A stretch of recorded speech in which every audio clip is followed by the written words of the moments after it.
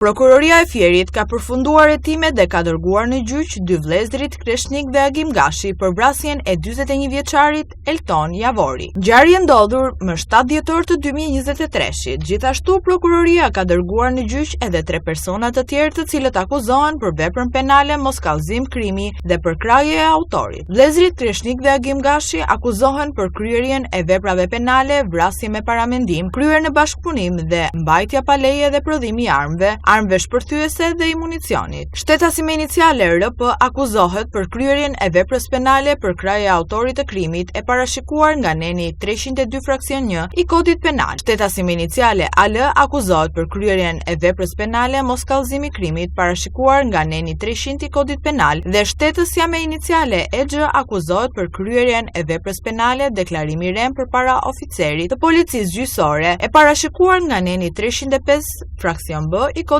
penal. Prokuroria njofton se në përfundim të hetimeve të plota rezultoi e provuar se në datën 7/12/2023 rreth orës 11 në lagjen 16 prilli rruga Kujtim Majaci të qytetit të Fierit, të pandehurit Kreshnik Gashi dhe Agim Gashi vëllezër në bashkëpunim mes tyre kanë qelluar me armëzjarri në drejtim të mjetit tip Porsche Cayenne i drejtuar nga shtetasi Elton Javori i moshës 41 vjeç i cili ndëroi jetë. Në 7 dhjetor të 2023-shit Elton Javori 41 vjeç u ekzekutua në derë të shtëpisë. Ai kishte vetëm 2 javë që ishte kthyer nga Gjermania dhe ishte ndjekur prej ditësh nga ekzekutori i tij Agim Gashi 35 vjeç. Pasi doli nga shtëpia me makinë, Javori u ndoq për rreth 100 metra nga automjeti i Benz, brenda të cilit ndodhej Gashi. Pasi u afrua e qelloi me breshëri plumbash duke e lënë të vdekur. Pas disa muajsh kërkime, në 27 shtator të 2024-s, policia e Fierit arrestoi Kreshnik Gashin. Ndërkohë, vllai i tij Agim Gashi vijon të jetë ende në kërkim.